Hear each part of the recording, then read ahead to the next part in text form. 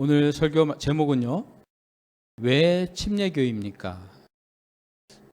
여러분, 하고 많은 교회 중에 여러분은 왜 침례교를 택하셔서 침례교회의 성도가 되셨습니까? 저는 되게 궁금해요. 그리고 여러분이 택하신 침례교회가 여러분 마음에 드십니까? 자랑스러우십니까? 저는 그렇거든요. 침례교인이라는 게 얼마나 자랑스러운 일인지 오늘 아시게 될 거예요. 세상에는 많은 개신교가 있습니다. 구교도 있지만 개신교가 있어요. 영국에 있는 국교, 성공회 교이죠. 그리고 장로교, 감리교, 또 많습니다. 성결교, 오순절, 순복음, 우리 침례교회가 있거든요. 뭐가 다른가? 오늘 좀 말씀을 나눌 거고요. 특별히 우리가 침례교인이라는 것, 우리 교회가 침례교라는 그 정체성을 다시 한번 깨닫고 그것이 회복될 때 앞으로 우리 교회가 다시 한번 하나님 앞에 크게 쓰이는 교회가 될 것이라고 생각하거든요. 그것을 우리가 말씀을 통해서 조명해 보는 시간 되기를 원합니다. 한번 말씀 보겠습니다. 1절 다시 읽습니다. 제가 그때 제자가 더 많아졌는데 이때가 언제냐? 예루살렘 교회가 시작된 때입니다. 여러분, 주님의 몸된 교회, 첫 번째 교회는 어디에 세워졌냐면 이스라엘의 수도인 예루살렘에 교회가 세워졌어요. 물론 그 전에 예수님께서 부활하신 다음에 하늘로 승천하실 때, 승귀하실 때 약속을 하셨죠. 이제 너희들에게 약속한 보혜사 성령이 오실 텐데 너희들은 기도해라. 그래서 그들이 기도하죠. 다락방에서 기도합니다. 그러다가 오순절 날 성령님이 내려오시죠. 성령님이 불같이 그들에게 임했을 때 사실은 교회가 시작된 것이죠. 그리고 놀라운 일들이 생깁니다. 어떻게 해요? 제자들이 옛날에는 숨어 다녔거든요.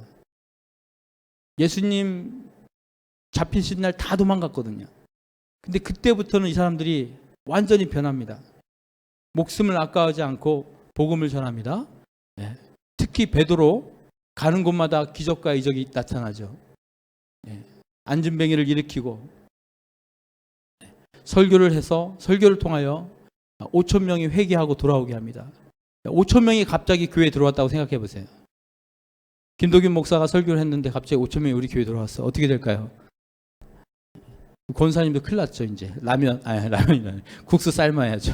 5천 명 국수 삶아야죠. 그런 일이 벌어진 거예요. 이때 당시에 교회에서는 예배도 드리고 제자 훈련도 하고 이 말씀 사역도 했지만 또한 구제 사역을 했어요. 굉장히 중요한 거예요. 교회가 말씀 사역, 예배 사역, 제자 훈련도 중요하지만 구제 사역, 특히 고아와 가부들을 돌보는 일을 많이 했었어요. 그런데 어떤 일이 있었냐? 1절 자세히 보시면 헬라파 유대인이 있어요. 헬라파 유대인. 유대인은 유대인이에요. 그런데 헬라파 유대인. 헬라라는 건 그리스라는 말이거든요. 그리스 지역에 살고 있는 이민간, 그쪽에 살고 있는 사람들이 있었던 거예요. 유대인인데 외국에 살다 돌아온 사람들. 그러니까 언어도 어쩌면 다른 언어를 쓸 수도 있죠. 생긴 거는 유대인인데 헬라파 유대인이죠. 언어도 틀리고 문화도 틀리고 그러다 보니까 교회에서 구제를 하는데 자꾸 소외되는 거예요. 빠지는 거예요.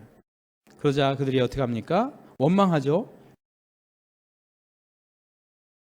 이때 사도들이 제자들을 불러놓고 뭐라고 합니까? 우리가 2절에 우리가 하나님의 말씀을 제쳐놓고 접대를 일삼는 것, 구제를 하는 것이 마땅치 않다. 너무 많은 사람들이 교회에 몰려오니까 그 일을 감당할 일이 너무 많은 거예요. 일일이 돌보고 하는 일이 너무 많은 거예요. 그래서 이제 안 되겠다. 이제 우리는 사도들은 뭐 합니까? 하나님 말씀에 더 집중하겠다. 4절 말씀 봅시다. 우리는 오로지 기도하는 일과 말씀 사역에 힘쓰겠다. 그리고 성령 충만하고 지혜가 충만하고 우리 성도들로부터 칭찬받는 7명의 집사를 세우고 집사를 안수하여 교회의 일들을 맡깁니다. 여러분, 교회는 영적인 일을 하는 기관이죠. 영적인 일. 그죠? 아니에요? 영적인 일을 한단 말이에요. 기도하고 예배하고. 근데 영적인 일만 하는 것이 교회는 아닙니다. 물론 영적인 일을 제쳐놓고 사회적인 거, 교제하는 거, 사람들 만나는 거, 아니면 광고하고 뭐 비즈니스 하기 위해서 오는 것도 아니지만 영적인 것과 사회적인 것을 동시에 하는 거예요. 교회가 사람들이 많아지면 이제는 교회가 조직체가 됩니다. 예전에는 그냥 은혜로, 기도로, 사랑으로 다 되는데 이제부터는 조직이 만들어져야 돼요. 행정이 만들어져야 돼요. 근데 우리 부모님 세대, 어르신 세대는 다 그냥 은혜로 다 됐었어요. 은혜로 다 됐었어요. 근데 이제는 그렇지 않습니다. 교회가 커지면 커질수록 행정 조직이 필요해요. 행정이 필요합니다.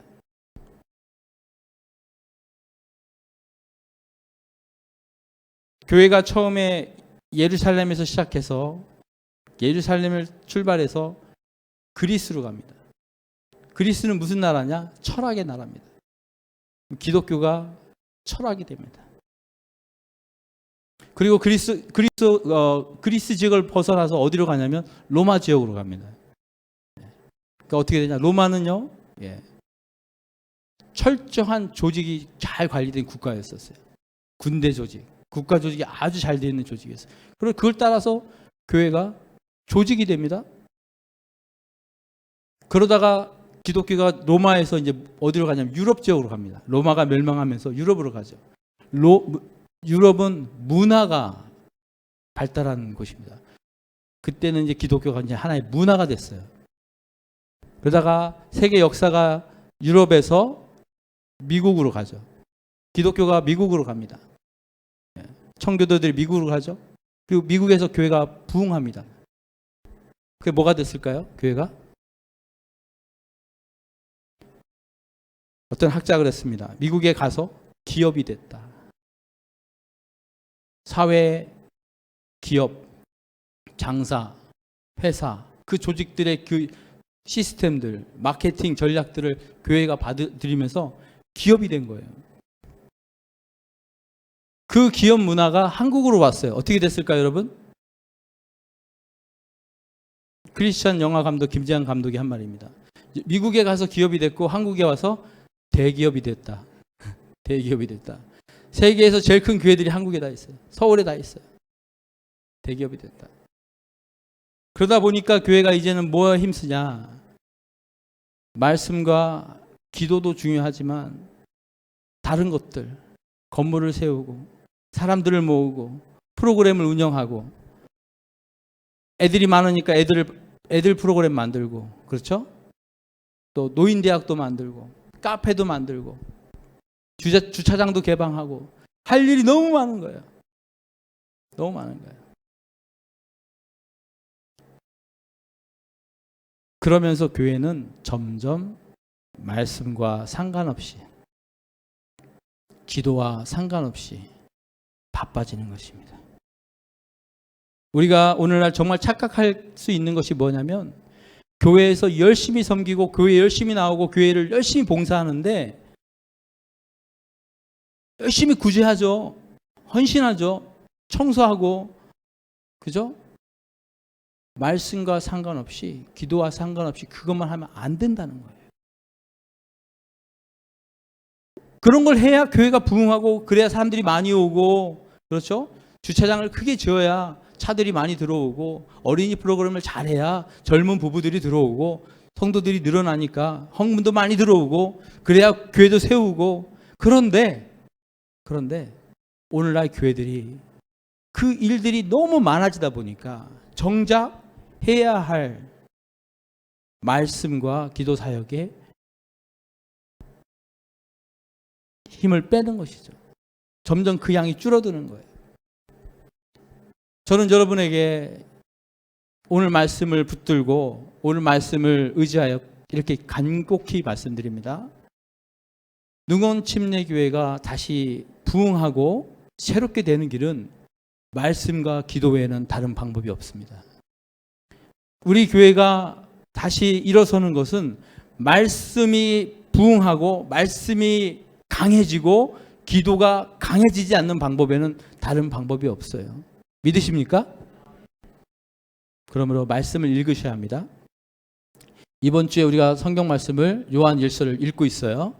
자, 읽으신 분 손 한번 드세요. 이럴 때는 그냥 다 드세요. 괜찮습니다. 안 읽으셔도 다 돼요. 예. 하루에 10분씩 투자해서 11구절을 읽는 거예요. 읽는 것으로 끝나면 안 됩니다. 읽고 그 말씀을 나에게 적용하셔야 돼요. 이게 잘 안 돼요. 목사들은요, 읽으면 무슨 생각하면서 읽는지 아십니까? 아, 이거는, 이 말씀은, 우리 장로님이 들으시면 딱 좋겠는데? 이 말씀 우리 권사님한테 전해야겠는데? 뭐 하는 거예요? 나한테 적용해야 되는데, 다른 사람한테 적용하고 있어요. 이 목사들이 갖고 있는 직업병이에요.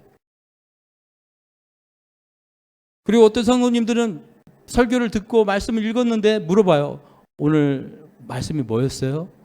뭐더라? 기억이 안 나. 기억이 안 나. 적용을 안 했기 때문에.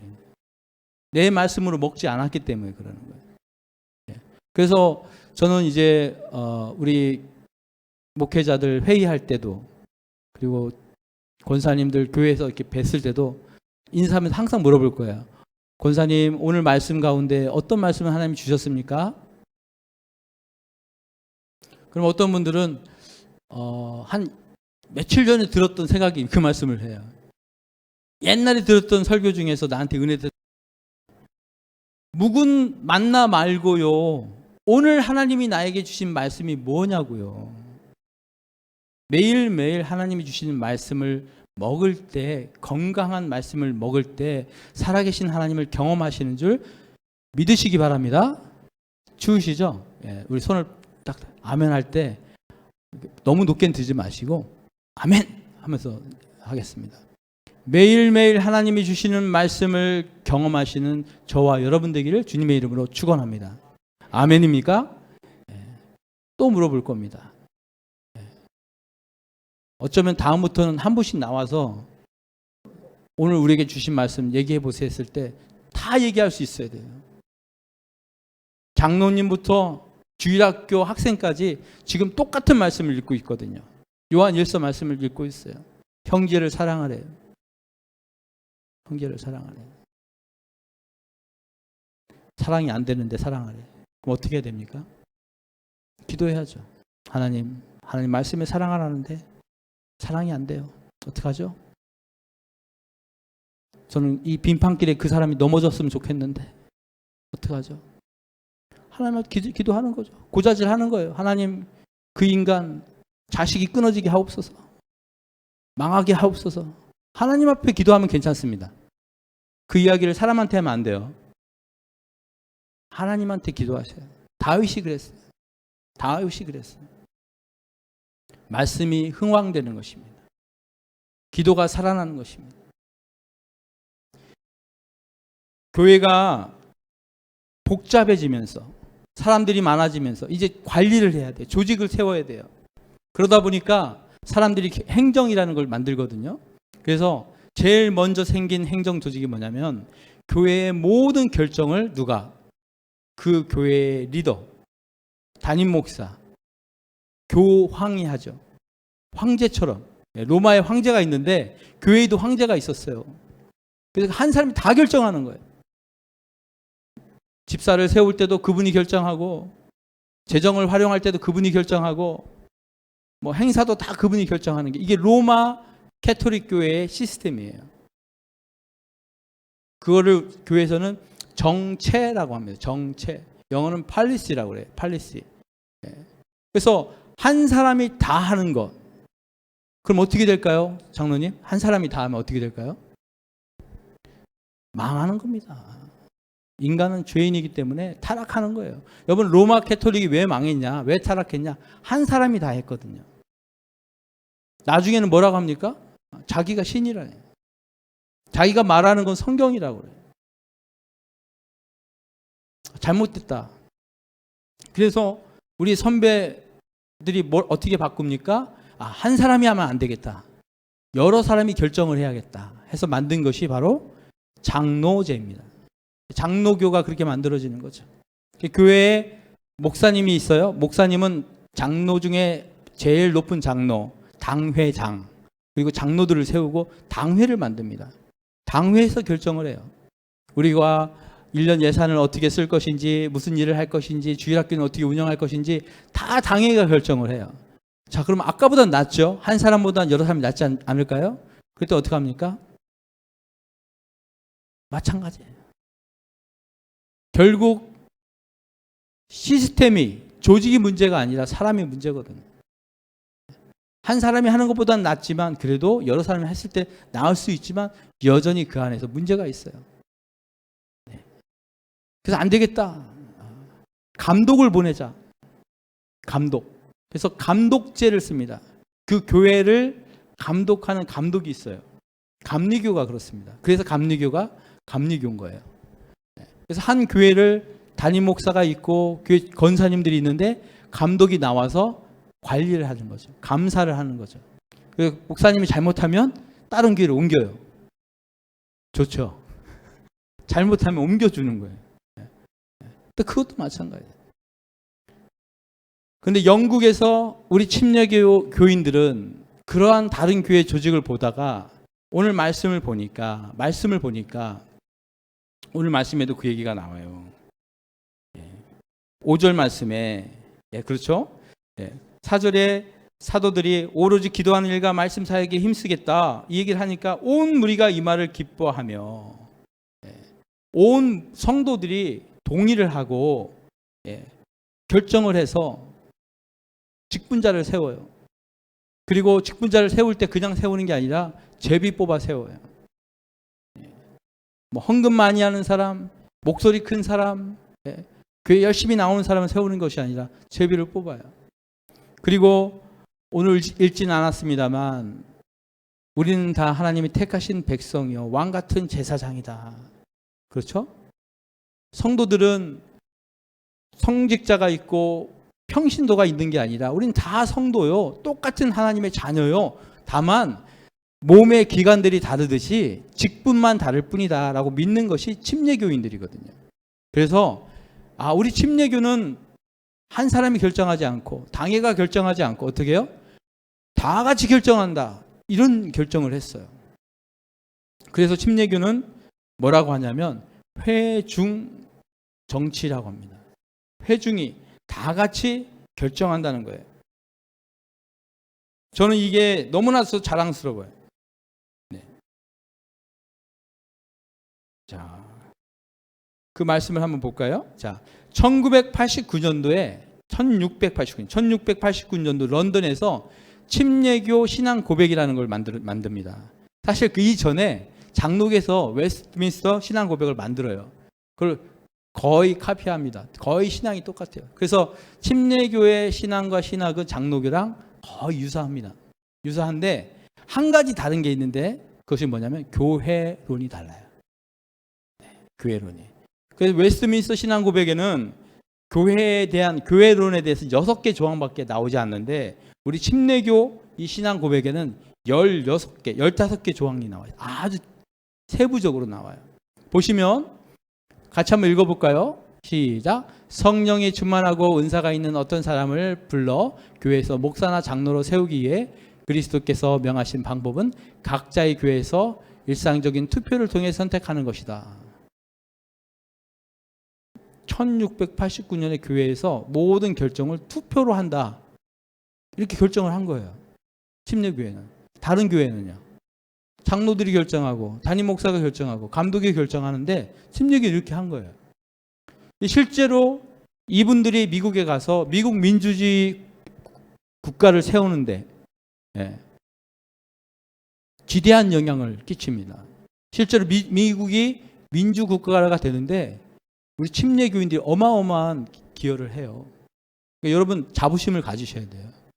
침례교회가 그냥 침침한 교단이 아니에요. 엄청난 교단이에요. 세계에서 제일 큰 교단이에요. 한국에서는 좀 아니지만 그렇습니다. 네. 두 번째 조항도 한번 볼까요? 계속해서 읽습니다. 시작.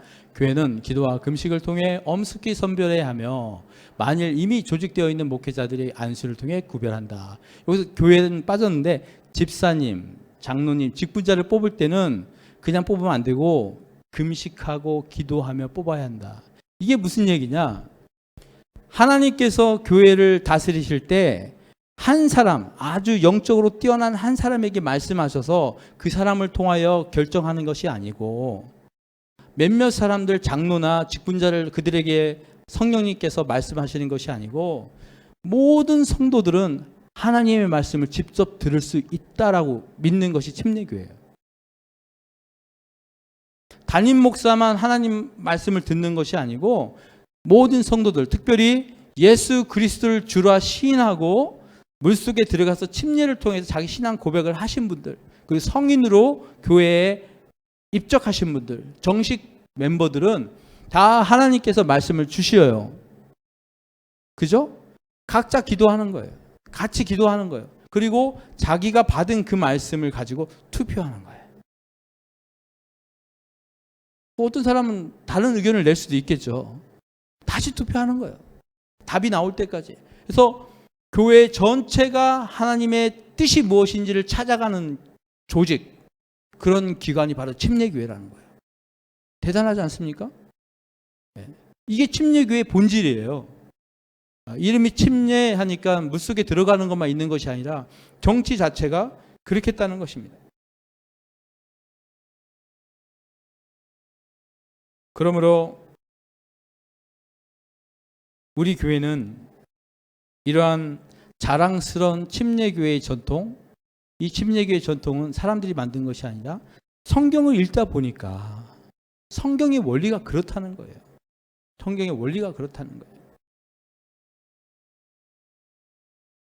안타까운 것은 교회의 이런 행정과 어떤 법과 이런 것들이 잘 세워지지 않고 잘 지켜지지 않았어요. 저는 우리 교회 54년 된 능원 침례교회 8번째 담임 목사로 이제 와서 이 교회의 역사와 그동안 일어난 일들을 계속해서 보면서 정말 개인적으로 안타까웠던 것은, 여러분, 우리가 힘들었고 고통받았던 것이 영적인 문제로 그런 것이 아니라 행정적인 문제로 그랬다는 거예요. 무슨 얘기냐? 54년 된 교회가 교회에 법이 없어. 교회 정관이 없어요. 그럼 말이 안 되는 거죠. 물론 교회는 영적인 일을 하는 겁니다. 은혜를 하고 진리를 얘기하는 겁니다. 하지만 그 진리와 은혜를 담는 그릇이 행정이거든요.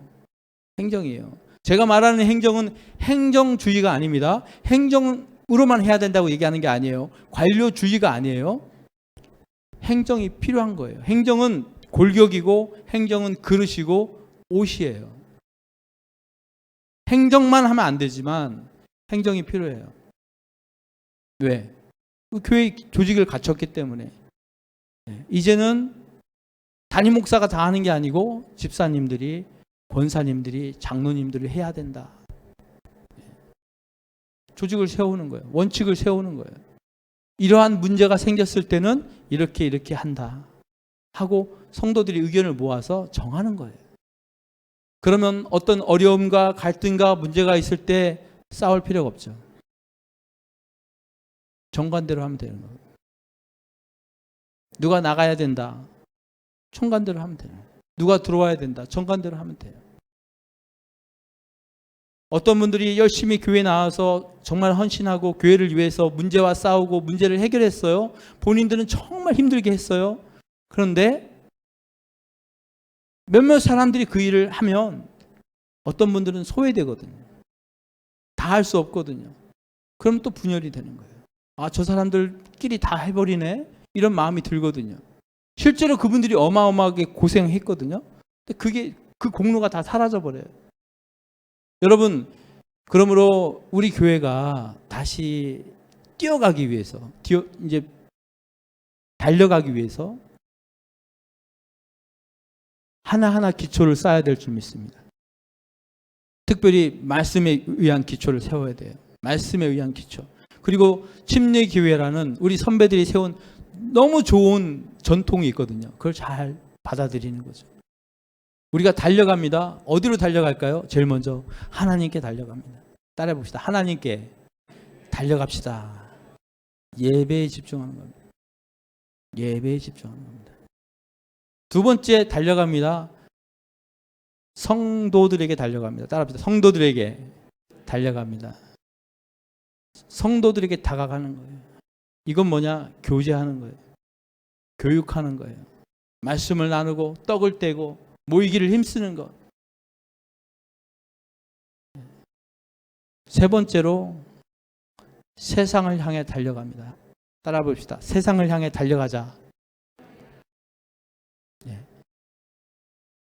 하나님이 선교하셨습니다. 하나님께서 아들을 선교사로 보내셨어요. 우리도 세상으로 나가야 하는 것입니다. 그것이 예수님께서 우리에게 주신 마지막 대명령입니다. 대사명이에요. 전도하고 선교하고 구제하고 섬기는 일, 이게 교회가 할 일입니다. 나가기 위해서 먼저 우리가 우리 자신을 돌아봐야 됩니다. 법을 세우고 질서를 세우고 조직을 세우고 그리고 나서 달려갑니다. 첫 번째 어디로요? 하나님께 달려갑니다. 예배로. 예배가 회복되어야 합니다. 찬양팀, 성가대, 반주자, 방송실, 예배가 하나님 앞에 온전히 드려줄 수 있도록 일꾼들이 세워져야 돼요. 담임 목사가 기타 치면서 찬양하면 안 됩니다. 힘 빠져서 설교 못해요. 올해까지만 제가 기타 치겠습니다. 내년부터는 우리 집사님들이 나오셔서 찬양 인도하세요. 저는 말씀과 기도에 전념하겠습니다.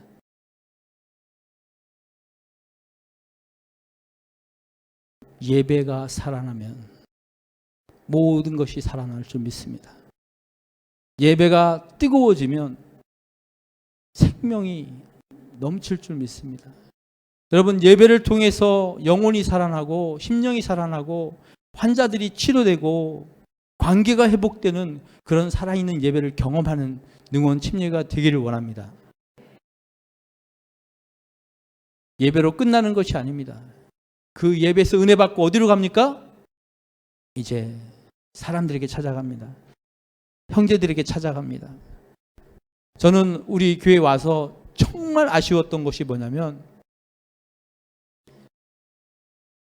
새신자 팀 다들 바쁘셔요. 열심히 하셔요. 그런데 정작 저는 누가 누군지 모르잖아요. 그죠? 누가 새로 오셨는지, 누가 교회 오랜만에 나오셨는지 저는 모르잖아요. 그분들을 좀 이렇게 안내해 주시고 소개해 주시고 예배 드리기 전에 그분들 일어나라고 하고 환영하고 박수하고 끌어안고, 여러분 교회에 사람들이 나와서 이 교회에 나올지 안 나올지 5분 만에 결정하는 거 아십니까? 딱 교회 들어오는 순간 결정해요. 그 순간 이분들이 나를 환영하는구나, 그걸 결정을 하는 거예요. 예배도 중요하지만 정말 오랜만에 나오신 분들 뜨겁게 끌어안아주고 잘 나왔어. 아유, 형제님 나오셨군요. 방문해 주셔서 감사합니다. 그러한 분위기가 돼야 되거든요. 나 예배 드리고 갑니다, 이게 아니죠. 그래서 아유, 오랜만에 나오셨어요. 안녕하세요. 안녕히 가세요. 이렇게 되더라고요. 그래서 저는 오신 분들과 함께 얘기도 하고 커피도 마시고 식사도 할 수 있으면 하고, 우리 교회가 그렇게 되기를 소망합니다. 네. 또 어디로 갑니까? 세 번째, 세상으로 가는 것입니다. 세상으로. 주님께서는 우리를 보내시기 위하여 부르신 거예요. 학자들이 그래, 교회는 부름을 받은 조직이다, 불러낸 조직이다. 거기서 멈추면 교회가 아닙니다. 불러내서 다시 가는 게 교회예요.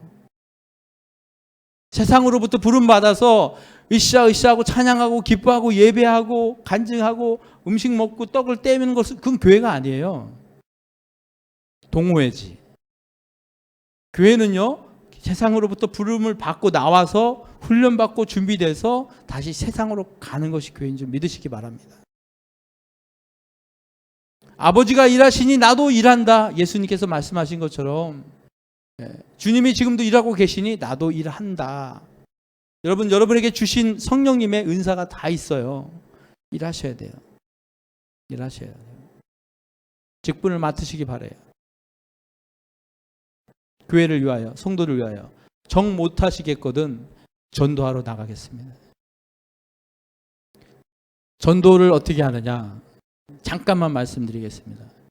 전도 참 쉽습니다. 왜 쉽냐? 하나님이 당신을 사랑합니다 라고만 하면 됩니다. 따라해 보겠습니다. 하나님이 당신을 사랑합니다. 전도 끝. 어렵습니까? 하나님이 당신을 사랑합니다 라고 얘기하세요. 하나님의 택하신 백성은 그 순간 하나님께서 씨앗이 발아되게 해요.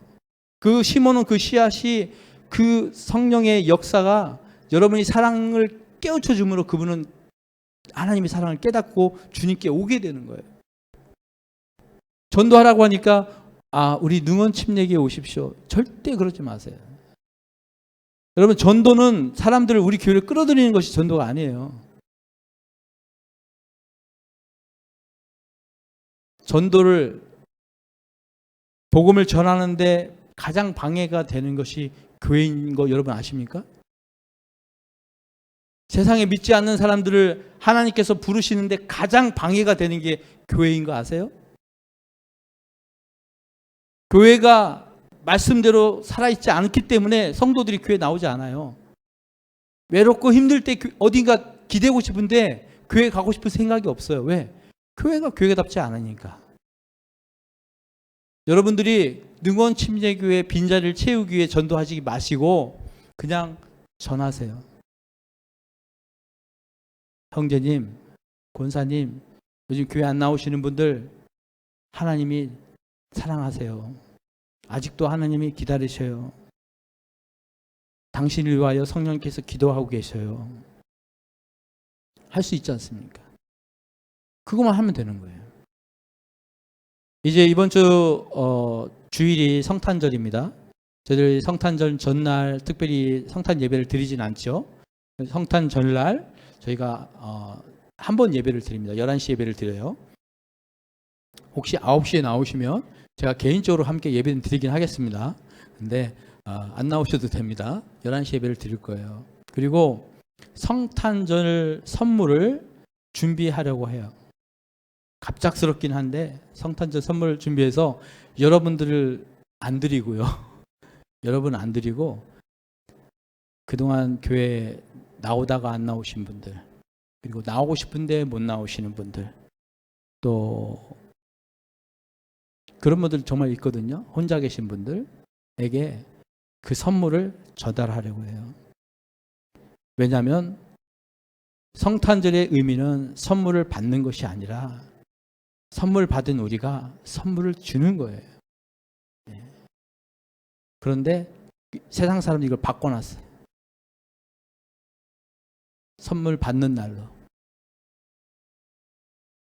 그죠? 크리스마스는 선물을 받는 날이 아닙니다. 선물을 받은 날입니다. 예수님께서 자기 목숨을 이 땅에 주셨어요. 그래서 우리가 그 선물을 들고 그 선물을 여러분께 나눠드릴 겁니다. 이름을 써서 나눠드릴 거예요. 각 목장별로 나눠드릴 거예요. 그럼 그걸 들고서 크리스마스 날, 성탄절 날, 신년 전날까지 찾아가셔서 드리세요. 큰 건 아닙니다. 부족하면 여러분 것도 좀 넣어서 보태서 하셔도 돼요. 왜 그렇게 할까요? 왜 그렇게 할까요? 그것이 우리의 사명입니다. 사명이에요. 교회가 부흥하는 방법이 많습니다. 또 책방 가면 교회 부흥하는 거에 관련된 책들이 어마어마하게 나와 있어요. 세상의 마케팅 전략, 교육 분야, 이거 해라 저거 해라, 학습 프로그램, 성경 프로그램 많이 있어요. 능원 침례교회가 그동안 그것을 안 한 것이 아니라고 저는 생각해요. 선배 목사님들이 교육 프로그램도 했고, 그죠? 제자 훈련도 하셨고, 구역도 하셨고, 다 하셨잖아요. 제가 와서 여러분 그걸 다 안 하겠다는 게 아니에요. 다 해야 돼요. 그런데 더 중요한 거, 기초를 다시 쌓는 것, 말씀으로 돌아가는 것. 담임 목사님이 설교를 잘하면 되는 게 아닙니다, 여러분. 여러분이 설교를 잘 드셔야 돼요. 말씀을 드셔야 돼요. 우리 한번 기도할 텐데요. 오늘 말씀 가운데 담임 목사가 제가 전한 인간의 말은 다 잊어버리십시오. 잊어버리세요. 오늘 말씀을 기억하십시오. 예루살렘 교회가 사람들이 모이면서 복잡해지고, 그러다 보니까 일이 바빠지고, 그러다 보니까 말씀에 소홀하게 되고 기도하지 않는 그러한 일들이 벌어졌어요. 그럴 때 사도들이 이제 우리는 말씀과 기도에 전념할 테니 성령 충만한 집사님들을 세워서, 조직을 세워서, 행정을 세워서 이렇게 하자. 그랬을 때 말씀이 더 왕성해졌더라. 말씀이 더 왕성해졌더라. 할렐루야. 주님, 우리 교회 말씀이 왕성하게 해주세요. 말씀이 뜨거워지게 해주세요. 말씀이 살아나게 해주세요. 특별히 우리 한 사람 한 사람들이 매일매일 하나님이 주시는 그 말씀에 민감하게 반응하게 해주세요. 적용하게 해주세요. 말씀을 먹고 말씀대로 살아가는 저희들 되게 해주세요. 하나님, 예배가 회복되는 교회 되기를 원합니다. 하나님께 달려가는 교회가 되기를 원합니다. 성도들께 달려가는 교회 되기를 원합니다. 새로 나온 성도들에게 달려가고, 우리 학생들에게 달려가고, 우리 어른들에게 또 달려가고, 우리 목장 아닌 우리 성도들에게 또 달려가고, 교제하며 또한 세상으로 달려가는 교회 되게 해주세요. 물론 보기 싫습니다. 짜증납니다. 나에게 상처 줬던 사람, 말도 안 되는 일을 벌리고 교회를 떠난 사람들이 있습니다. 하지만 주님께서 그들도 사랑하시지 않습니까? 내가 먼저 그들에게 손 내밀게 하여 주시고, 이번 성탄절을 계기로 그들이 우리 교회에 나오지 않더라도 신앙생활을 잘할 수 있도록 여러분 기도하시고 그들에게 하나님의 사랑을 전할 수 있는 저희들 되게 해달라고, 나를 먼저 변화시켜 달라고 이 시간 통성으로 기도합니다.